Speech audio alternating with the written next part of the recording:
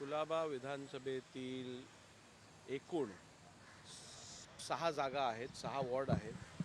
कोणत्याच वॉर्डात बंडखोरीचा काही विषय राहिलेला नाही आहे.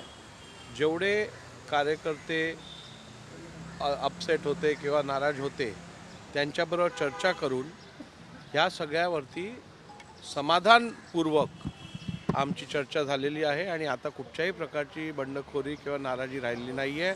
काल आपण बघितलं असेल तर कालही काही आमचे साथी ज्यांनी उमेदवारी अर्ज भरलेले त्यांनी ते विड्रॉ केलेले आहेत आणि त्यामुळे आता कुलाबा विधानसभेत भारतीय जनता पक्षात अंतर्गत कुठच्याही प्रकारची नाराजी किंवा बंडखोरी उरलेली नाही आहे.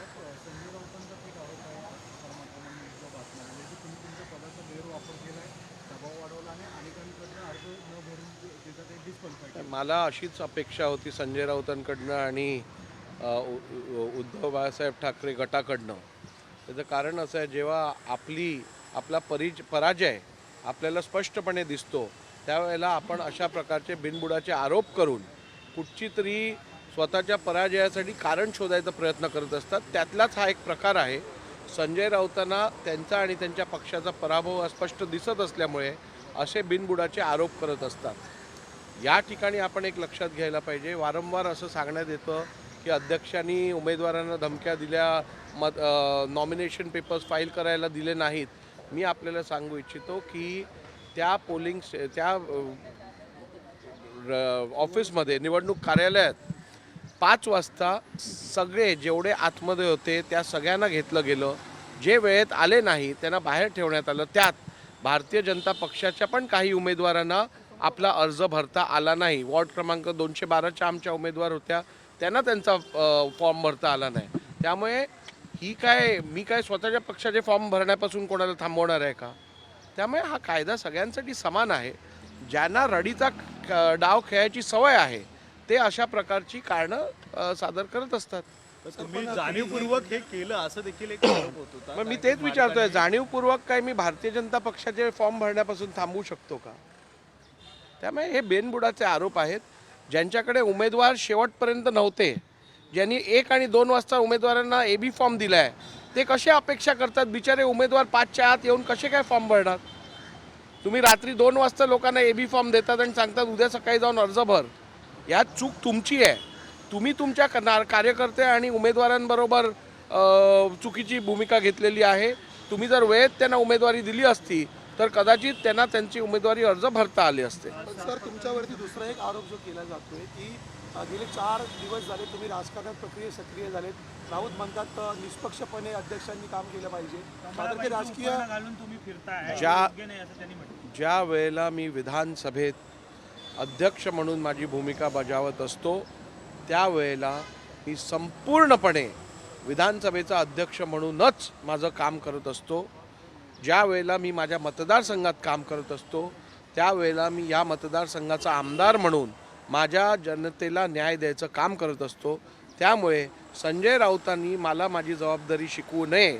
त्यांनी पहिली एक जबाबदार नागरिक कसा असावा याची थोडी शिकवणूक घ्यावी आणि मग हे सगळं बोलावं. 225 मधली जी लढत आहे ती आता मैत्रीपूर्णच असणार आहे, काय नेमकं ठरलंय? 225 वॉर्ड जो आहे त्यात भारतीय जनता पार्टीच्या उमेदवार आहेत हर्षिता नार्वेकर.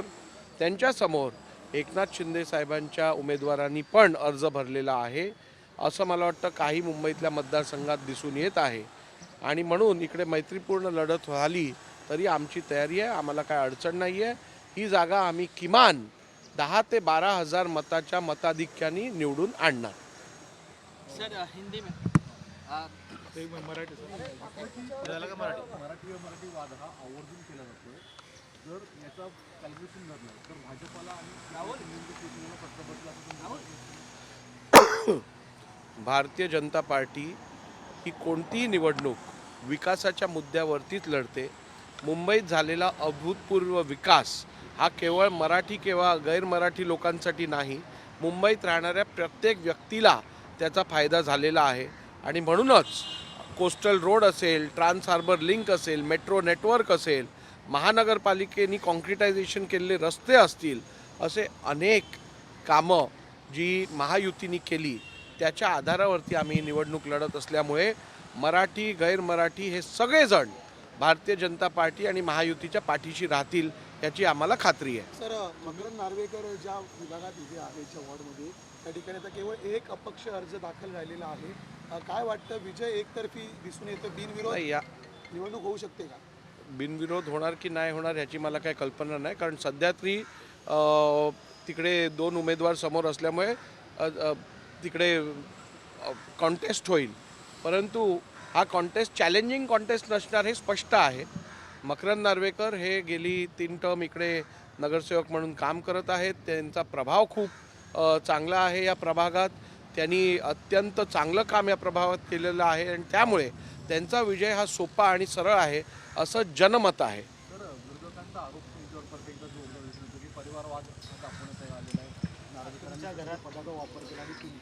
दुर्दैवाने विरोधकांकडे माहिती अपुरी आहे किंवा माहिती असूनही माहिती नसण्याचं ढोंग करत आहेत. मकरंद नार्वेकर, हर्षिता नार्वेकर हे भारतीय जनता पक्षाचे नगरसेवक 2017मध्ये निवडून आले, ज्या वेळेला मी भारतीय जनता पक्षातही नव्हतो. 2019ला मला भारतीय जनता पक्षाने तिकीट दिलं आणि मी आमदार झालो भारतीय जनता पार्टीचा. आणि मकरंद नार्वेकर आणि हर्षिता नार्वेकर हे दोनही माझ्या अगोदरपासून भारतीय जनता पार्टीचे सदस्य आणि लोकप्रतिनिधी आहेत.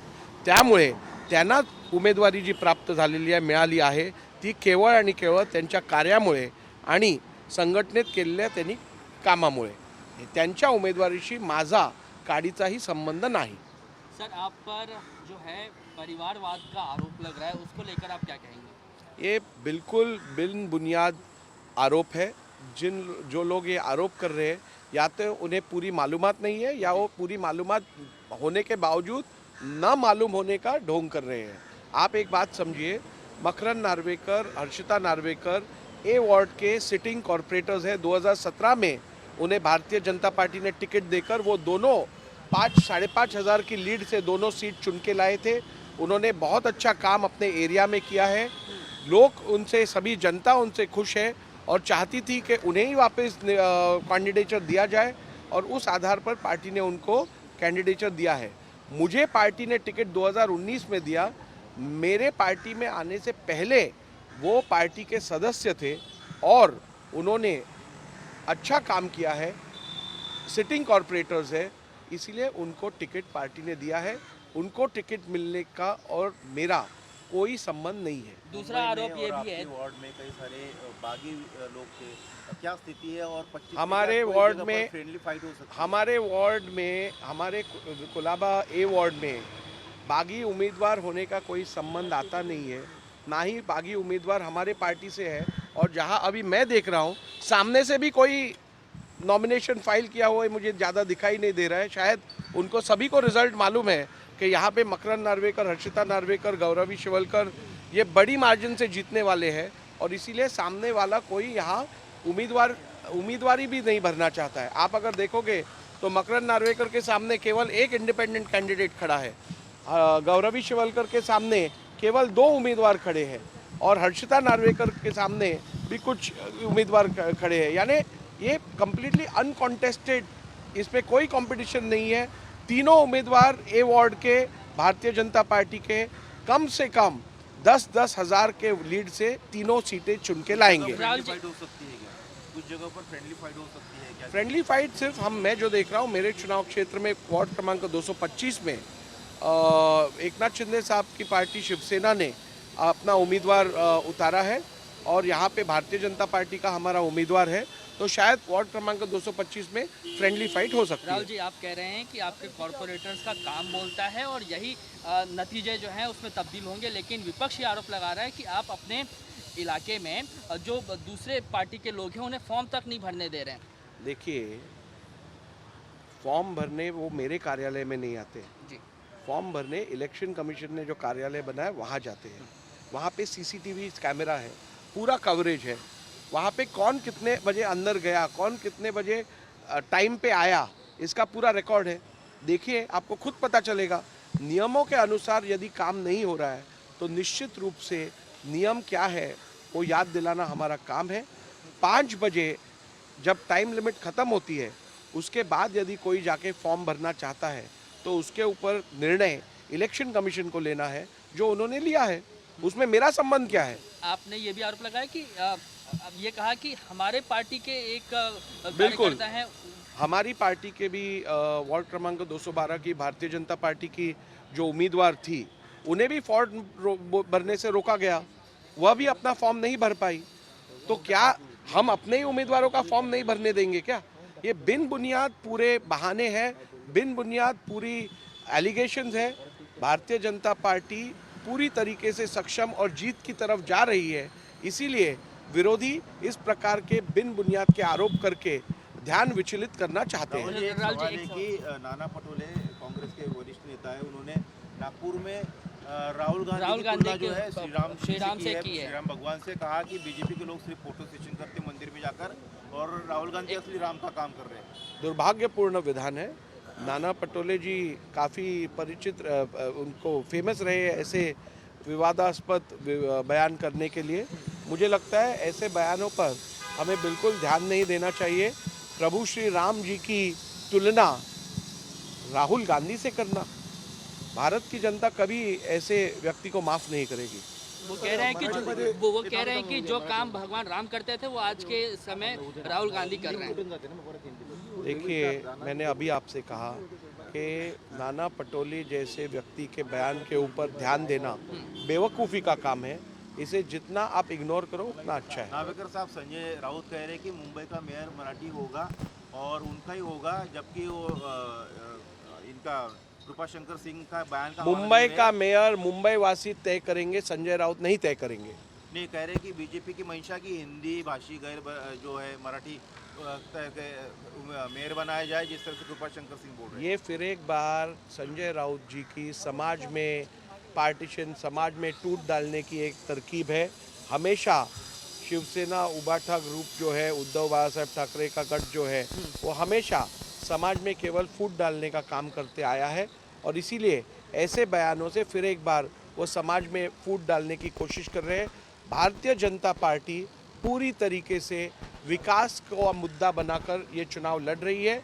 ये विकास हमारे मराठी बांधवों के लिए है और सभी भाषिक बांधवों के लिए है और मुझे पूरा यकीन है कि मुंबई में जो कोस्टल रोड बने हैं, मुंबई में जो ट्रांस हार्बर लिंक बना है, मुंबई में जो मेट्रो नेटवर्क बना है, मुंबई में जो कॉन्क्रीटाइज्ड रोड्स बने हैं, उसके आधार पर मुंबई की तमाम जनता, कोई भी भाषिक जनता हो, सभी भाषिक जनता भारतीय जनता पार्टी के महायुति के गठबंधन के साथ रहकर उन्हें विजय बनाएगी। उद्धव ठाकरे के शिवसेना के जो उम्मीदवार है वो उर्दू में पैम्पलेट बांट रहे हैं, उर्दू में प्रचार कर रहे हैं।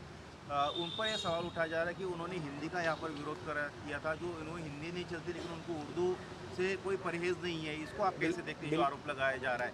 यह आरोप शिंदे शिवसेना की तरफ से लगाया जा रहा है। देखिए, उद्धव ठाकरे का गठ हर 2-4 साल में अपनी मातृभाषा और ऑफिशियल लैंग्वेज बदलती जाती है और इसीलिए ऐसे लोगों जो अपने सिद्धांतों से कॉम्प्रोमाइज़ करते हैं, जो अपने आइडियोलॉजी से कॉम्प्रोमाइज़ करते हैं, उनके बारे में क्या कहना है?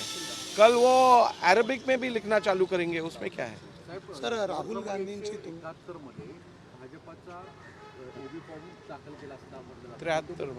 173 म्हणजे खोटा होता असं समोर आलेलं आहे.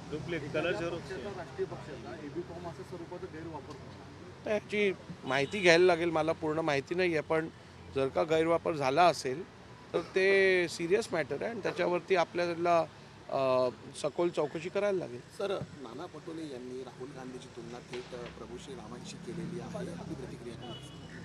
आणि मला वाटतं नाना पटोले जाणीवपूर्वक असे विवादास्पद स्टेटमेंट्स करत असतात.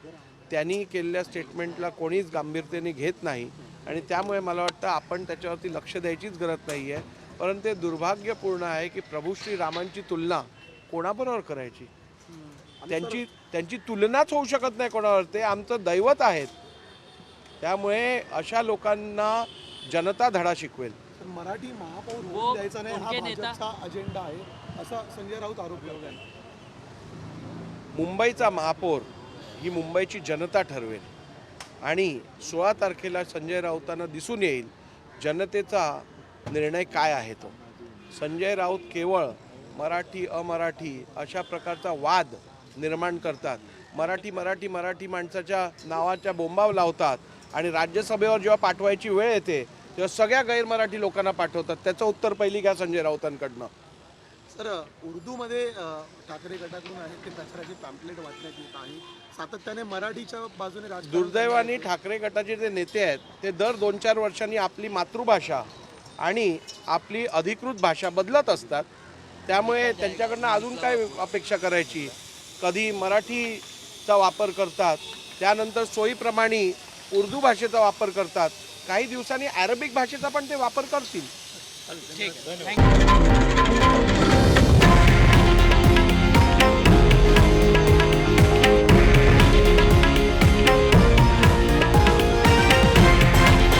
हे आहे देशातील नंबर 1 न्यूज नेटवर्क आणि आपण पाहत आहात TV9 मराठी, एकमेव.